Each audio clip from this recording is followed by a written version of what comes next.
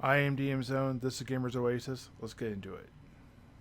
Before you spend any time talking to this guy, let's go talk to Maher. Don't worry about this guy. We'll come back to him.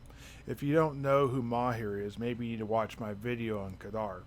Kadar is the first instance in the series, if you want to call it a series. There are 3 levels of difficulty, and this is the most difficult. If you don't know how this works yet, you might want to look into this a little bit. Maher's over there by Cliff Dam, or Dam Cliff, which is right next to the lake. Location is in the video with the Kadir instance. Now, once you get that, you turn your Mercil tokens in, you get your card, you come back. Now you can go ahead and talk to Azraq. I don't know how to pronounce this guy's name. He's got a very difficult name to pronounce. Anyways, once you get that, he'll go ahead and give you the location to the instance you're supposed to go to.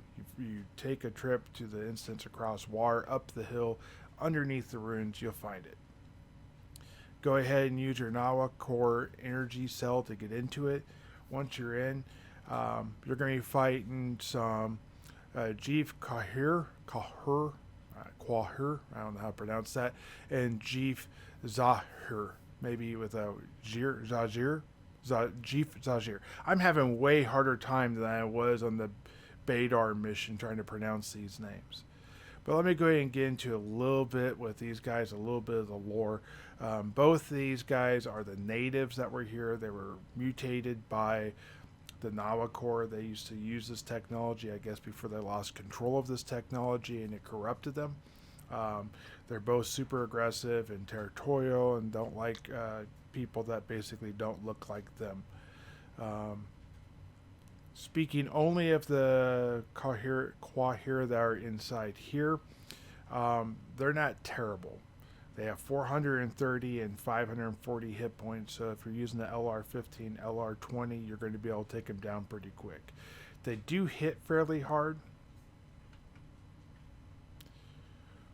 Both the Quahir and the Zajir are tri-damage types, which helps with how hard they hit, but it also means you have to cover more, and they happen to be the same type. Their stab, cut, and penetration being the greatest at 40%. So if you have those, you're doing pretty good. The Zajir, Assailant, Master, and Ancient, the boss, i.e., are a little bit harder, a little higher level, coming in at level 11, 13, and the Ancient coming in at level 24. I will tell you that the Ancient is the only time I've actually died in CUHOF 1 or 2 or in any of the other instances with Badar and Quadar. So he was for sure the hardest hitting out of all of them. And if I hadn't got lucky, I would have died twice. If you don't have anything better than adjusted Muska armor, my suggestion is go ahead, just DPS, DPS, DPS. Back up, create enough space, leave yourself so you have a long range. You can shoot him while he runs at you again. There are resurrection places in here. Go ahead and heal yourself back up, jump into the fight, kill him. Make sure you're close enough to the entrance, though, or the exit, that you can get there within your 5 minutes and collect your reward. Otherwise, all of this will be for naught. Yeah, you complete it, but if you don't get there in the 5 minutes, womp womp, you don't get the loot.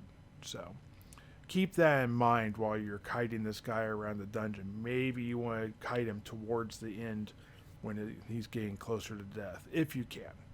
So, what all do these guys have? I don't know specifically.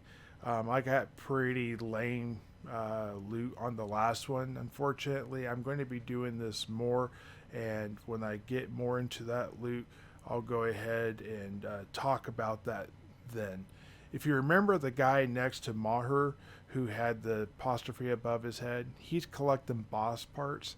I talked a little about in the Badar and the Kadar instance video. But you turn in parts to him, he gives you a reward of some nature. When I get these parts, I'll go ahead and do a follow-up talking about this. The most important thing probably, though, is the CUHOF specific drops that you can get. So you can get the CUHOF ancient carpet parts, the red, blue, and green, or red, green, blue, I should say, if you want to do in the order of rarity. and that is super nice. You can get Mercil tokens, which are super nice. That probably deserves its own video, so I'm not going to go into that anymore. The carpet parts are actually used to make a flying carpet, which would be crazy. And then, of course, you got the Nawa Core MK 2 and 3 parts, A, B, C, D, and E, that drop in here that then can be used to upgrade your Nawa Core MK1 to a 2 and then eventually to a 3, which will allow you to get missions for the Jeef, Quahir, and Zajir. That's starting to sound more natural when I say it that way. Anyways, so you can get the missions to go into this. Now, I've found that the CUHOF missions do not work in here. However, missions I got from outside of here, like the Mokot ones especially, those tend to work in here. So look forward to getting your Nawa Core MK upgraded to a 3 so you can get these missions to get the daily rewards in addition to completing these missions to maybe get your shop or your booth or your apartment or your with the Mercil tokens, or maybe the flying carpet if you get that far, or maybe whatever in the world these boss parts, whatever that is, I don't know. This mission is also very short.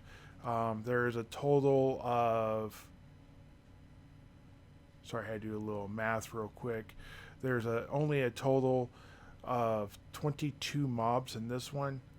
Not very many at all. Less than actually, but the Badir one. But that was because they drag you down so much with Mokot's dominance. But anyways, that's for a whole nother video. Go check out the Badir one if you want to see what I'm talking about with that. I'm interested to find out what other non-loot items that don't show up on the wiki that I found in here. I've heard of things like table lamps dropping in here and this type of stuff. If you have anything like that that you've had drop for you specifically, go ahead and put in the comments down below. Link me to a video so I can see it. If you want to see more videos like this, go ahead and like and subscribe. Let me know down in the comments what you think. If there's anything I missed, go ahead and let me know. I'll go ahead and try and answer it there or make a follow-up video. I've got follow-up videos with this in mind already. I'm curious to find out which one of these Shamsdar, Baydar, or Kadar is the best if you were to do it like every day. Which one would have the overall best reward versus input going into it. One thing that is nice about these instances over the CUHOF instance is you only need one Nawa Core energy cell per instance. You don't need 1, 2, 3 versus the CUHOF 5, which requires having 5 of those energy cells versus the one going into here. Anyways, guys, I'm done knocking things over on my desk. I hope you guys have a great day. Keep her in that pet, and I'll see you guys in the next video. Bye.